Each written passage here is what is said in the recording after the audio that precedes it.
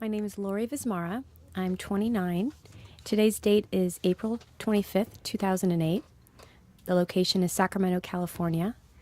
And I am a researcher at the UC Davis Mind Institute, and I study early intervention for young children with autism, as well as parent coaching. And my relationship to Rashelle and Caesar is that I am their interventionist for teaching them treatment techniques related to the Early Start Denver model. I'm Rashelle Lawson, and I am 30, and today's date's April 26, 2008. I'm sorry, 2000.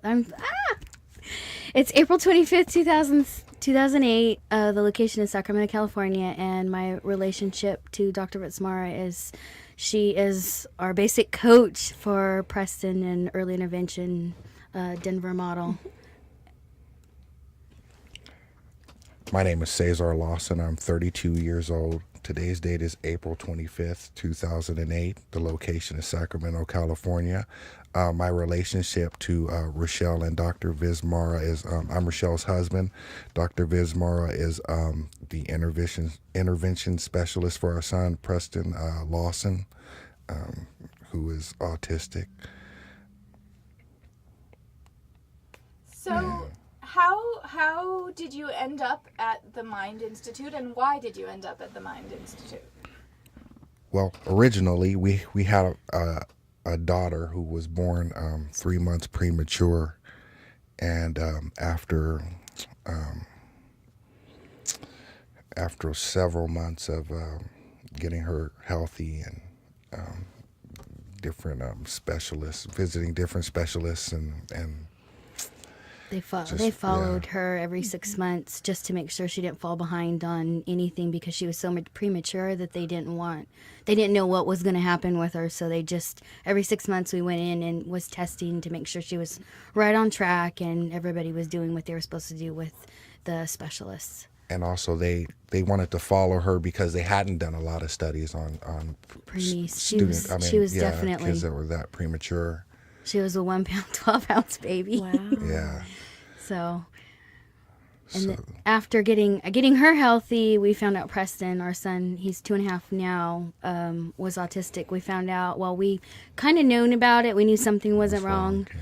And then we found out about it about age 2, and we've been in the intervention, for about 6 months with different specialists. And what were some of your first concerns in terms of his development, or what? Not talking. It was the high pitched screaming. Mm-hmm. There was one thing is I noticed in our relationship, it was really hard to bond with him. Mm-hmm. He was really quiet and he was a good kid, but then he had his moments where, reflecting back now, we noticed that he wasn't able to communicate and he was frustrated at times, so he would scream really loud. He would look off. He started to talk. And then he stopped. At 18 months, he kind of just stopped everything, and we're like, okay, what's going on? Yeah. And there was a point where he just wasn't there at all. Where when we realized he was autistic, he was in a different place. He wouldn't look at you for anything in the world. He was looking up at the sky. His eyes were kind of rolling into the back of his head, and it was obvious that there was something wrong with him. We just didn't know what. We didn't know if it was his hearing. Mm-hmm. We had no idea what the problem was. But we never thought for a minute that it was autism. Mm-hmm. It was strange because when we told my father, he knew that he was autistic. Everybody could see it outside of our they family, knew that there was something because wrong. you don't want to think that there's something wrong with your kid, especially something like that. Right. So you just kind of, I knew as a mom, he's late because he's a boy, or you would make excuses for your kids, and people do it all the time, and you don't want your kids to have any problems. So. And we would think that, Olivia, she keeps talking for him, and she's, she's he doing has an things older for sibling. him. Yeah. Mm-hmm. We would make up excuses. Right. Looking back at it now, we would make up excuses. We didn't know at the time, but I think we kind of knew. We just didn't want to deal with it. Yeah. We were dealing with Olivia so much, and just all the early intervention too, and just making sure she was healthy. And we were at the point where we were just hoping that to have a normal life, that's the honest truth. Is that we were looking forward to like a normal life, being able to like work normal hours and just Get things back were to falling normal. into place again. So when this happened, it was a monkey wrench, definitely. Yeah. But I mean, we're fortunate. We're fortunate to be in the program, and that he's not as bad as some kids with autism that we've met, or autism with other things compounding. Yeah. So at age the 2, then behavior he problems. received the diagnosis, right? And then how did you, obviously you already had a relationship with the Mind Institute, but how did you hear about the early intervention study that was going on? I went in and I was just looking for anybody that I had talked to before, because the waiting list at the Mind Institute is crazy, and they're like, "Oh, you got to wait 6 months," and so Well, the waiting list for clinical services, right, can be quite long. And one of the ladies that I had spoke to and had a good relationship before with Olivia, she said, "Get into a study, because if you get into a study, then they'll give you whatever you need following the treatments and everything like that." So she gave me a list of the studies, and I called, and we almost didn't get in the study because it was like a cutoff for age. So we kind of fell right in there, and during all that, you're trying to deal with just why me, and there's so many things. It's so personal, because having something wrong with your kid, you have to deal with it first and then try to tell everybody about it. And a lot of people don't know about it still, even Right. with all the there's so many kids having autism now, and there's a lot of stuff now out there, but still just everyday life, going into the store, you're constantly judged, and people are like, "Well, why don't you discipline him?" Or we had a parent at the park. We didn't pulled know our he kid was away. autistic at the time, but we knew there was something wrong, and we thought maybe he'd be autistic. And she walked up with her, he walked up, the two kids walked up together, and he just kind of stood there, and my husband was in the background. He's like, "You got him?" I said, "Yeah, I got him," and the mom was like, "Well, what's going on?" And I said, "Well, we think he may be autistic," and she grabbed her little boy's hand and like took off like it was contagious. So she had no idea of what it is, or and at that point it was just when we found out about it, it killed me. It like hurt so bad. It just took a long time to even get over it. So Well, it's difficult because it's socially, people will look at you like you're not parenting your child. We're doing and we're everything doing we everything can. that the intervention tells us to do. So we're doing what the different steps that it takes. But people don't understand. They think that you're not parenting, you're not doing a good job. They don't realize what sacrifices that we make as parents. So we've actually, with both kids, we've literally stopped everything that we were doing, almost lost everything to bring our kids back to health. Yeah. So we make tremendous sacrifices. I mean, she doesn't work, there's just, that's a There's job no in way you itself, is can. dealing with the You're kids. going We can never everywhere. leave him with anyone. He's nonverbal. So, if something happens, he can't tell you. Right. So these are the So, challenges that you yeah. face, and the importance of securing intervention, especially at an early age, so that you can address his areas of need, and continue to promote learning. Correct. Because all children with autism are still very capable learners. And we've learned that. I mean, I feel like we were kind of lost. We knew the steps and what we needed to do and who we needed to talk to. But once we got in the study, it was like a little bit of hope and a little bit of light. And that's where you came in, and it was just, thank God there's somebody that cares so much. I mean, you really do care so much about what you're doing, and you have to find people like that in order to, get your services and just everything you do with them. You have to find somebody that really cares and is doing their job because they want to do it, not because they have to do it. Yeah, it's been an incredible collaborative working relationship with the two of you. You're extremely dedicated to Olivia and to Preston, to meeting their learning needs, to taking on everything that you can, to taking in all the information, all the techniques that we've been working together to help encourage growth. Preston's growth across all developmental areas, and applying it consistently, not only in your home environment, but when you do go out to the store, to the park, to run errands, and also teaching other people that come into his life. And that really speaks to the importance of parent coaching, because you, as his parents, number one, know him the best. You know what his strengths are, and you also know where the support that you have to provide to help, again, encourage kind of the next stages of learning, those next developmental steps. And then another advantage to involving parents in this intervention program is that you're going to be with him throughout his entire life. So everyone that comes into contact with, from teachers, from playmates, to other parents, to other specialists working with him, you can take those skills and transfer them on to those new people. So it's very encouraging to have you part of this study. And I want to thank you for also your commitment and for your openness, because this is a very, as I can only appreciate a little bit, a very rough and vulnerable time.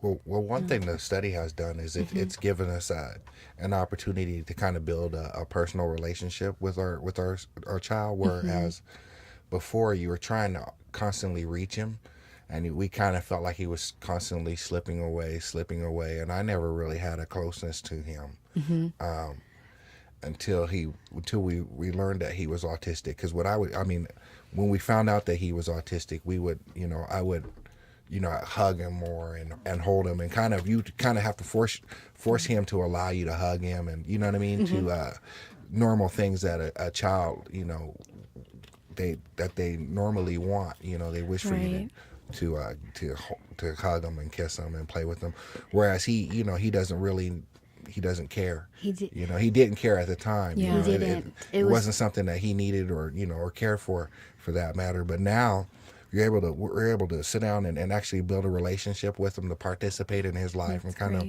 bring him into our world a little bit. But if you watch him now, he's more affectionate. He actually hugs us. He reaches for you. He says our name. In context, so he's making those social contacts. And Correct. He knows when we're gone. Yeah.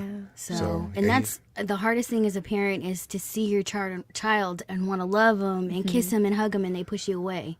And to deal with that as a parent is so hard. And any parents that, a single mom that's going through this, or anybody that's going through this, I feel for them, and it's hard. It really is that you make something and you want it to be perfect, and then for them just to not even, want to look at you or be hugged or touched or anything. You touch them, they cry. It's definitely very difficult. And finally, that's like one of the best things, is he wants to be around you. He wants to play with you now. He's coming back to us is the best way I could explain it. He's a member of the family. He is. He definitely a participating is. member of the family. I can say, not necessarily a member, but a participating. You can see him. He has a relationship with his sister. It's limited in certain ways, but we don't see the limitations. We see like the possibilities. Right. So and also he's only had about 10 hours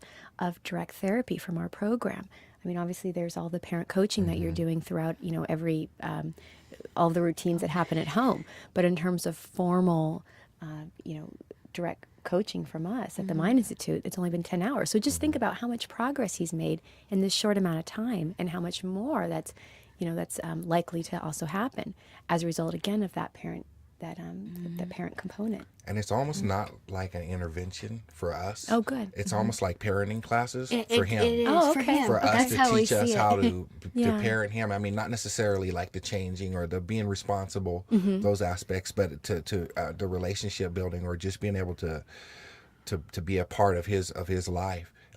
Before, we didn't know what we were doing. We would sit and literally tear up.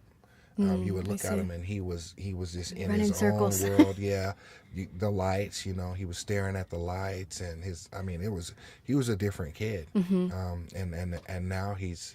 And just learning from you, and just all the books that are out there, and different people that come to the house, so he's in speech therapy too. It's just everybody coming together, and there's little pieces basically to a puzzle, I guess, that come into play, and it really has helped him. How do you feel in terms of your own parenting skills now? So I know you've touched on a little bit. Sounds like a little bit more confidence too. But are there other areas that you want us to pay further attention to, or other skills that you want us to continue to really focus with him on?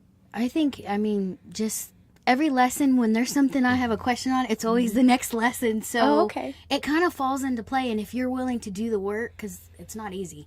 It's definitely not easy. But if you're willing to do the work, you can definitely see all the benefits and it's just the little things too. I mean, just it could be something little and you're like, oh my goodness, thank God he's doing that. Some parents are like, God, I can't get my kid to shut up. I'm like, I wish I could get him to talk, say something, or so just even little things are just awesome, and Little things like me saying his name and him getting up and coming to you, and it's like a quick reaction. So there were times where you'd be like, Preston, Preston, Preston, and you have to say it over and over again and no response. Well, now you'll say his name, he'll get up and come right to you.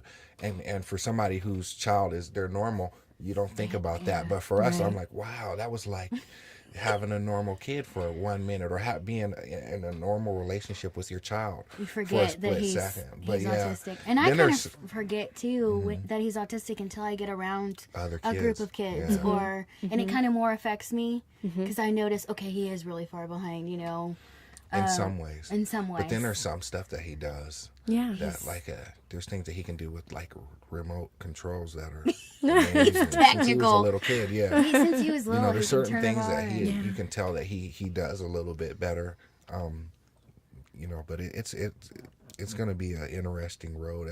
The one thing is we look at it as if we put the effort in now, he has a good chance of. I mean, the benefit for him in the long run.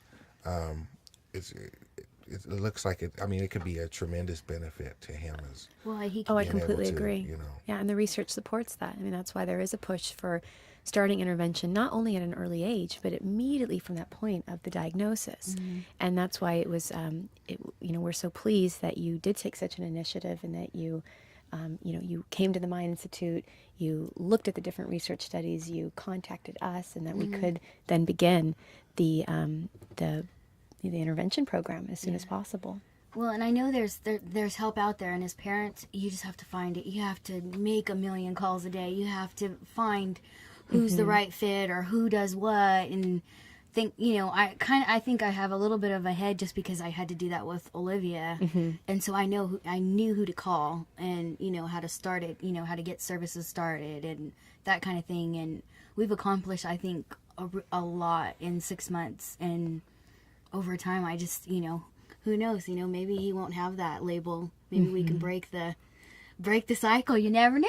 Well, that's what one of the aims of the study is. Maybe I can just give a little background information as to the study for the audience. But the study is looking at the effects of early intervention for, again, children with autism from ages starting as young as 12 months of age up to 24 months of age. And that's for the enrollment age. So the age at which they start the intervention program. And the intervention program begins with 12 consecutive 1-hour sessions of parent coaching. So working with parents like yourselves on how to implement teaching techniques to target all developmental areas that are affected by autism, or at least the primary areas are communication, social interaction, imitation, joint attention, the ability to share and reference someone when wanting to kind of show off or share an experience with someone else, and then as well as the presence of kind of restrictive or repetitive movements or certain preoccupations with toys or objects. So after the 12-week program of, again, teaching the parents how to engage their children with specific intervention techniques, the program then transitions into an in-home intervention consisting of 20 hours a week. I know you're very excited, across a 2-year span. And so not only throughout the parent coaching, but also throughout the 2-year in-home program, we're going to be assessing the children across various behavioral measures, communication measures, social interaction, IQ, to really document what we hope to be some extremely positive large gains across all of these very critical developmental areas.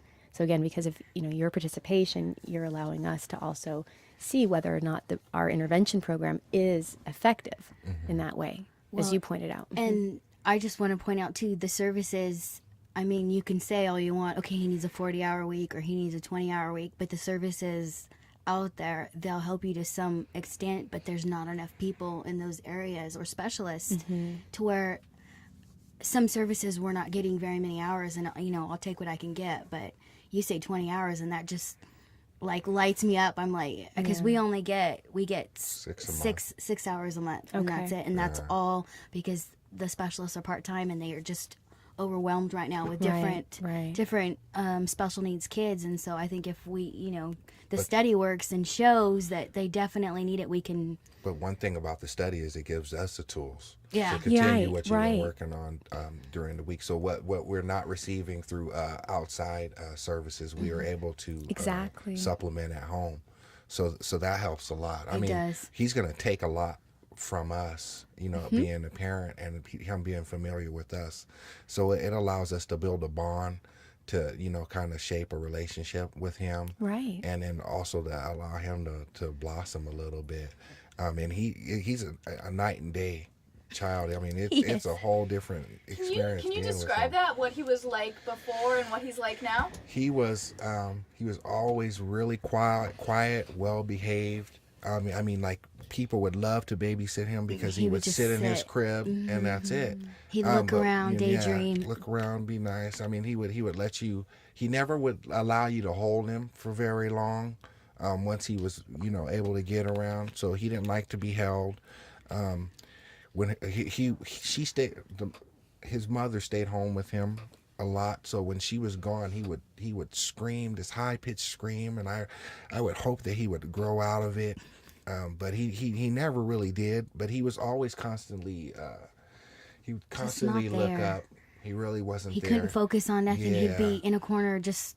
He would do the He'd just do repetition his thing, own spin thing. do his own Yeah. thing, spin But it little got wheels worse. just to watch it, Yeah, or he would just spin wheels constantly on the and back of then- the door, the little the little the door stop. the door that stop. He would He'd hit it and he'd flick it wiggle, it and would he'd hit it and wiggle, yeah, and he he'd would just just watch it. for hours. But then he got to the point where he would clap and he would just stare in the air and he would just and he would scream at this high pitched sound and he would just clap and walk in circles.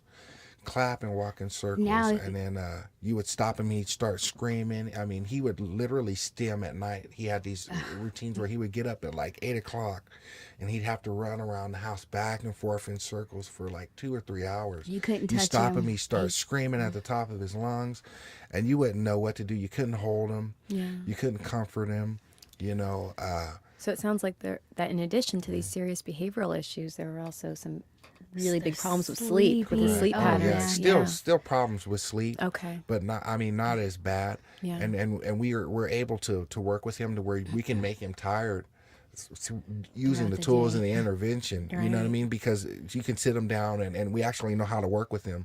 But that makes him tired. It wears him Yeah. out. He has to expend some energy. Exactly. try to learn. Just to try and focus, and to sit still and. Well, you're where a normal stimulating kid- growth, right? Yeah, if a normal child, if you ran them, they would be tired. Where in his case, you can sit him down and work with him, and it really wears him out. Because it requires concentration. So he's Well, he can sit now. That's Correct. yeah. So tell me about he what he's like wouldn't sit. now, or what you've noticed. he can sit and you can engage with him. I mean, he's smile. I mean, just He looks at little you in the things. eye. He looks at you, smiling. He'll smile out of joy, which he had just that blank Yeah, look on he his was in face another- before. He'll smile. He'll giggle. How does he communicate to you now? He will hand you what he wants. He will say certain things. If he wants me, he will say daddy, daddy. Oh. He would call for his mother. He'll hand you something usually if he wants He gets it. in his drawer. He knows where his drawer is of plates and cups and everything. And if I don't understand him, he'll go right over there, pick a plate up, and he's like, "Here, give me some food or whatever." Or get in his chair. Or he gets will up try in and- his chair. He will try and pull you to whatever it is that he will try and show you. So he makes an effort to try and get you to understand what it is he wants, even though it's not verbal. And I mean, and we're able to get him to at least make a sound, in reference to what he wants. He plays with his sister. That's a big one. Yeah, he's not as frustrated as he once was. was so there's frustrated. not as many temper tantrums. And when he does have a temper tantrum now, we're able to redirect his focus, to kind of work through that, that frustration. So he's a total different kid. He's loving, he's affectionate. And he's fun. He has a sense of humor. He has a personality that's there. He didn't have a personality before. He was more robotic, just kind of there, kind of rocking back and forth. Or he didn't have the support yet to pull it out too, maybe. Yeah, it was Yeah. it was scary because Yeah. you didn't see him like being able to function on his own. Where now you can, I mean, and it's been really fast.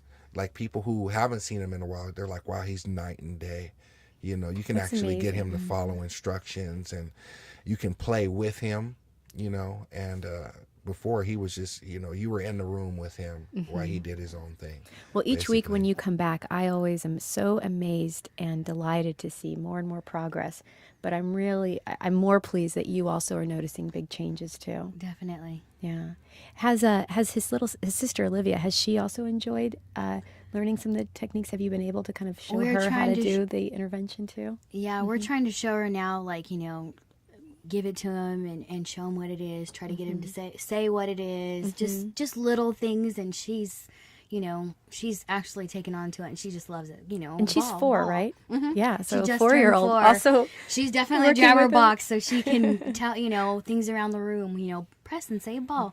You know, or do you want to go outside? Outside, Preston. So she definitely picks it up and does what we do, or plays, you know, the cars. We show her the little games and try to get her to, because that was a big conflicting thing too, where he didn't want to share anything and it was just him. And now they can kind of, you know, they get in their little hut or whatever it is, and they just, I don't know what they do in there, but they just go to town. They're just in there giggling and having a good time and sharing, and yeah, they literally Playing- play, and he playing doesn't really make-believe. play with other kids, but he does play with her. I mean, and they do play make believe, which is And it's chase. just strange because that wasn't an ability that he had before. Was the ability to play, you know, to make believe or to pretend. So they have a nice relationship, which was something that we were worried about. I mean, Yeah. he's able to form a relationship with us and with the family in general.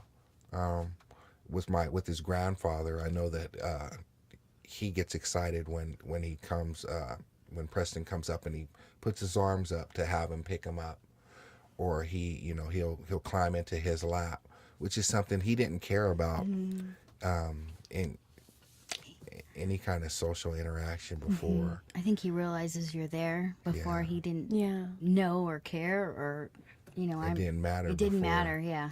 In terms of the coaching material that we've covered, are there what have been key concepts for you in terms of really making a difference, both in how you're able to elicit, you know, more responses from him to get that social connection more, to make activities more interactive and less, you know, one-sided.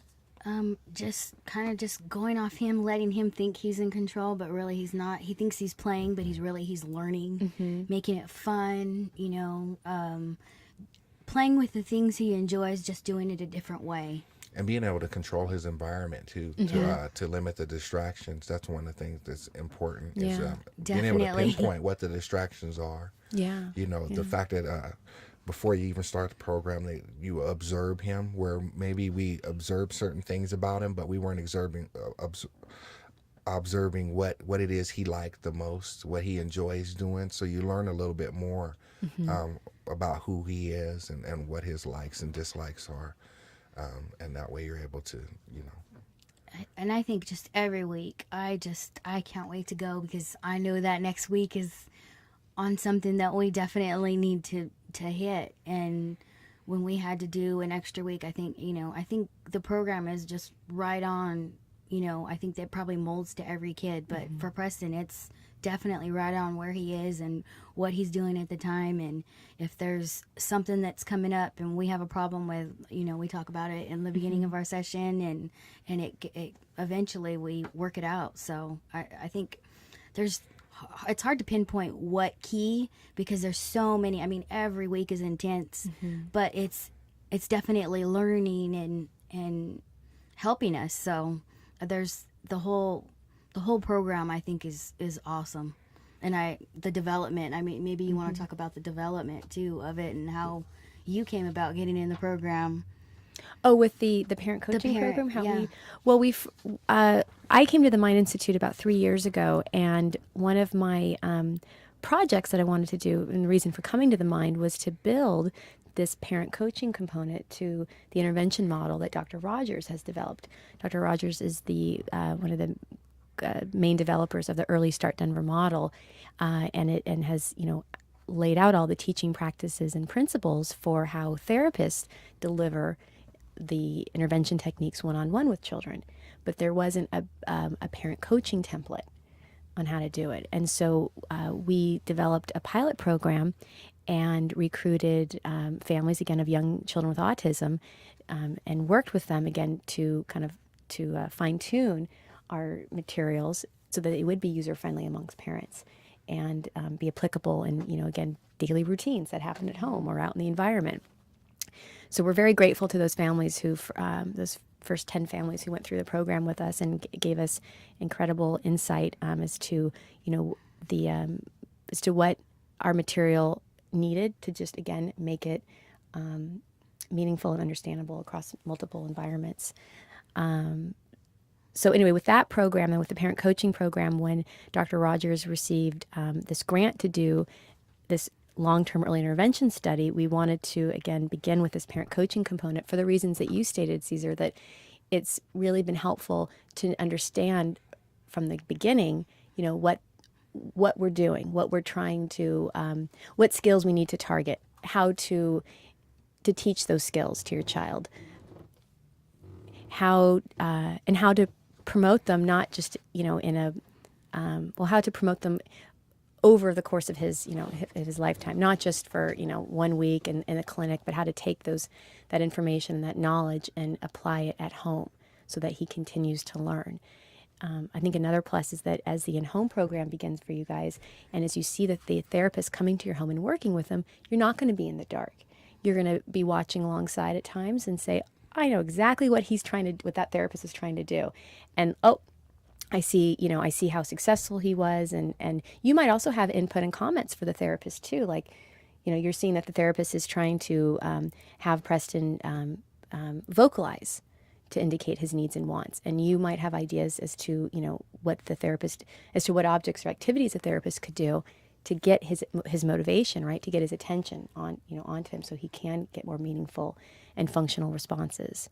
So that was just some of the goals of developing this parent coaching program, was to have parents be involved from the start and to continue to be integral and critical members for their child's team. Yeah. So I have a question for you. So for parents that are beginning this program, for this parent coaching program, or the early intervention program, actually, what advice do you have for them? Do you want to start? I would say to make sure that just to make sure you read the program, read it over and over again. Do it full-hearted, which I don't see why any parent wouldn't. But you have to do, if you want to see him or whoever it is, if you want to see results, you have to do it. You can't just automatically, it's going to come. Yeah. You have to absorb it and do it. And we do it 5 minutes. We do it 5 minutes here and there if we can. We do it for an hour if we can. You can do it all through the day. At night, you can do it whenever you want. That's the great thing. And wherever, too, you have opportunities to learn anywhere and everywhere at any time. In the car, at the grocery store, it could be anywhere. It allows the parent to participate. And that's parent participation. But you're not left out in the dark, and you're not totally. We rely on the program, but we're a part of the process. Yeah. So and that allows you a sense of empowerment. So you don't feel like, well, this week a lot of the programs that we go to outside of the Mind Institute, in speech therapy, he goes into a room and we're not in the room. Exactly. This is so one thing. In this way, we're able to participate and contribute a little bit too. That's excellent. Are there any ideas that you have or comments, feedback for improvements to the program? I can't say enough good things about it. Well, we appreciate that too. But we also want to make sure it continues to support your needs as well. I don't really have too much. I just, as much, you're doing everything you can. I can call you if I want to. There's not, you guys have covered everything. There's not much that is there anything that you would say? No, the only thing we could say is, we really do appreciate and are grateful to be a part of the program. Unfortunately, I'm not able to come every week. but I mean, I can see the difference in their her relationship with Preston. I mean, in our relationship. It's helped our marriage as well. That's excellent. So that It's we're very grateful to be a part of it. And we would recommend it for any parent. any parent that could get into Yeah. a study or just try to find any specialist or anything out there just to start to get. It's not hopeless is basically what I'm trying to say, because you have to go through the stages of feeling why me, but at the same time you've got to get that early intervention. And that was the main thing in my head while I was going through my emotions and dealing with the family problems and just dealing with it in general, because it's personal and very emotional and just all those things wrapped up in one. But just get the services, do a lot of research and just find out there's something out there for you. There's so many different specialists and grants to help people, and I'm sure there'll be more coming up. We just talked on a bill not too long ago That's true. that's coming up for autism and changing it was on the autistic kids trying to overlap going into the early intervention, going into the transition into school at age Right. 3, because the services stop, and then it's a new set of people that are then responsible. So there's a lot of stuff out there, and you just have to research it and just keep going. And one thing we can see is that what you're doing works, because we have programs that we're working with, maybe not as much, but we can cross-reference and we can see the difference in what you're doing. It's right now it's not like very intense. It's what, an hour a week that we go in. Right. But in that hour, he's making these tremendous gains, and we're able to work off of that. At home too. Exactly. Yeah. It's an hour for you, Right. and the specialist and all that, but at home it just you can do it as much as you want. You do it until you can see the progress. So And at any time, any place. But one thing that we have noticed with you specifically is that the reaction that you're able to get from Preston. there's definitely a good fit. Yeah, there's Yeah. good carryover. But again, in terms of what you guys work with him on the week, and then when he comes in to see me, it doesn't just stop. He continues to display and demonstrate all those beautiful behaviors you've taught him.